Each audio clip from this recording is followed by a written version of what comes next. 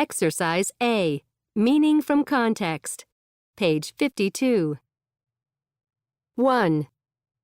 The economy is no longer based on agriculture. Most people work in industry. True. There are not many farmers today. 2. We need to come up with some ideas for our presentation. Right. Let's start brainstorming. 3. The professor said there has been enormous growth in immigration in the last few years. I believe it. I have new neighbors from several different countries. 4. I think we should ignore the information on this website. I agree. It has no connection to our topic. 5. Are you going to invest in this new technology company? Yes, they'll do well, and I might make some money. 6. The bank manager thought Lee Min's business idea had a lot of potential. I'm sure the bank manager is right, and she'll do well. 7. In his presentation, Omar referred to some discoveries of human bones in Africa. It's good that he mentioned those discoveries.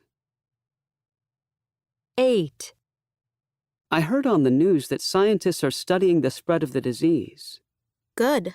I'm quite worried about it. More and more people are getting sick.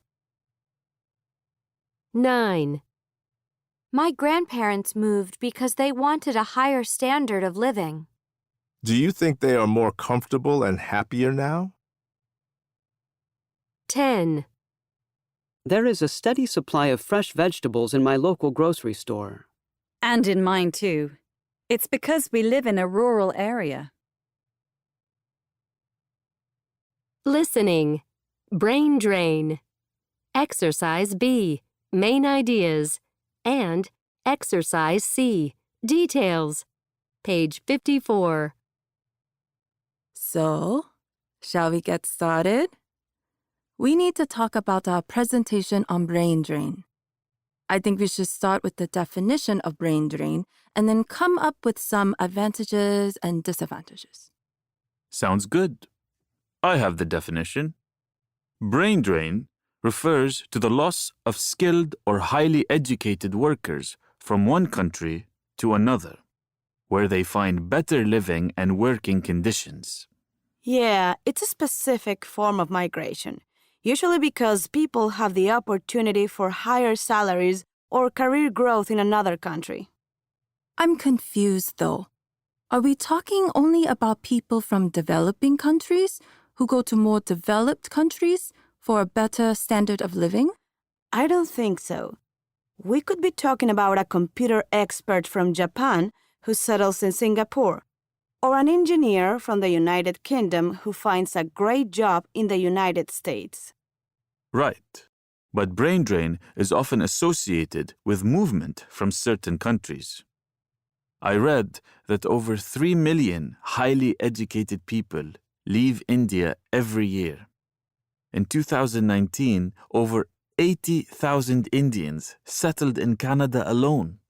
A lot of them went there first as students and then stayed. Yes, I think a lot of brain drain happens because of studying overseas. I found some statistics online. There are now around 6 million students who go abroad for their degrees. This is an increase from 2 million 25 years ago. In many cases, they're permitted to stay after they finish their studies. Here's another number I found. Of students who go abroad to study, about 1/5 or 20% do not go home. Wow. And mostly for economic reasons, I guess. They want better jobs, and there might be a shortage of workers with their skills in the country that they move to. What about people who want better social conditions? I don't think we can ignore that aspect of brain drain. I think you're right. In some cases, social reasons do play a part. Whatever the reason, there will always be students who decide to stay in the new country. Okay, now let's focus on the effects of brain drain. Obviously, for the country receiving these skilled workers, this is an advantage. Companies get a steady supply of skilled workers with top-class educations. Sure, but what about the effects of brain drain on the countries that people are leaving?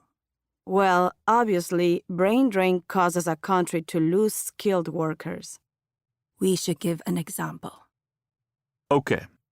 I was reading about countries that lose doctors, nurses, and engineers to other countries. One example is Nigeria, in West Africa. Brain drain from Nigeria is so common that half of Nigerian doctors work abroad. In Nigeria, there is only one doctor for every 6,000 people. There should be one for every 600 people. But Nigerian doctors leave because they know they can make more money and have better opportunities somewhere else. That's a good example. But I think countries lose much more than just skilled workers. They also lose the potential for economic growth on a national level. When their creative thinkers take their ideas overseas, they will invest in the new country, not in the one they left. Are there any advantages to brain drain? Well, people send money back to their old countries. I think this is very common. Yes, especially when the worker comes from a developing country. It makes a huge difference to the economy of the home country that receives this money. I read something about the country of Tonga. It's an island in the South Pacific Ocean. Nearly half of its population lives overseas, mostly in Australia and New Zealand, and they send back money to support their families. Over 40% of Tonga's money comes from overseas workers. Interesting. I think we should end with what countries are doing to prevent brain drain. Good idea. I guess countries need to encourage skilled workers to return and to bring their new skills home. I have an example of exactly that. The Congo Basin Institute in Cameroon in West Africa. It's a place where people from universities, businesses, and non-profit international organizations can work together. They do research into climate change, disease, agriculture, all kinds of things. They bring in experts from around the world. But the main thing is African researchers can work on solutions to local problems without the need to go overseas. So we end up with a spread of ideas and knowledge around the world, not just in a few countries. I think that's amazing. I agree. We've covered a lot of information here. Let's get started on planning that presentation. Lynn, shall we use your laptop? Exercise D. Focused listening. Page 55. A. We could be talking about a computer expert from Japan who settles in Singapore, or an engineer from the United Kingdom who finds a great job in the United States. B. I found some statistics online. There are now around 6 million students who go abroad for their degrees. C. Here's another number I found. Of students who go abroad to study, about 1/5 or 20% do not go home. D. They want better jobs, and there might be a shortage of workers with their skills in the country that they move to. E. Sure, but what about the effects of brain drain on the countries that people are leaving?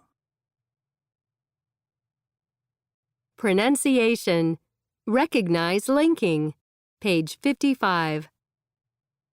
Speakers often link certain sounds.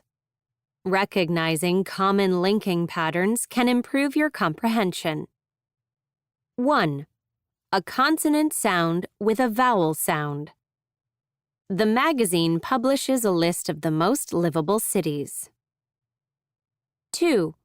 A consonant sound with the same consonant sound. This neighborhood has some cheap places to live. 3. a vowel sound with a vowel sound. High housing costs are often a barrier to owning a home. Exercise E, page 55. 1. We tend to think of migration as the movement of people across international borders. 2. Why do people choose to move to a place they probably don't know very well? 3. Social push factors are those related to the culture or society of a region. 4. Economic push factors include a lack of jobs in a region. 5. Their main source of food at that time was the potato. 6. Over 4 million people from around the world migrated to Australia. Exercise A, model, page 60. We're going to talk about some research we did in our own community. We interviewed 20 people about migration. This is what we did. First of all, we got some basic information about each person, their age, and where they grew up. After that, we looked specifically at the people who had migrated. We wanted to know the answers to 2 questions. First, why did they migrate? What push and pull factors affected their decision? And second, what was their experience as a migrant? Did they experience any difficulties? Were they happy with their decision to settle here? We collected these experiences and we reached some conclusions. My partner is going to tell you what we found. Okay, so for the first question, you can see from the slide that of the 20 people we talked to, only 2 people had grown up here. The other 18 had migrated here. Those 18 people were the focus of our research. Our next slide shows their reasons for migration. 12 people, or 2/3, had come here for career growth. They were attracted by the job opportunities here.